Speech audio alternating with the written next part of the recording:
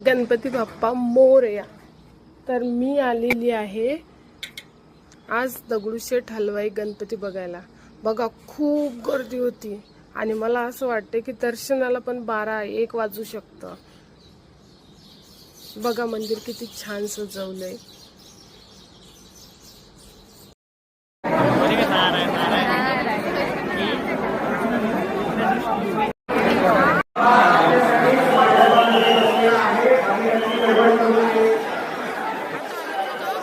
गणपती बाप्पा अभिनयासाठी मंडपामध्ये बसलेला आहे. अभिनयाला विनंती आहे, आपल्याबरोबर लहान मुलं आहे, महिला आहे, गडबड करू नका, हळूहळू पळू नका, पळू नका.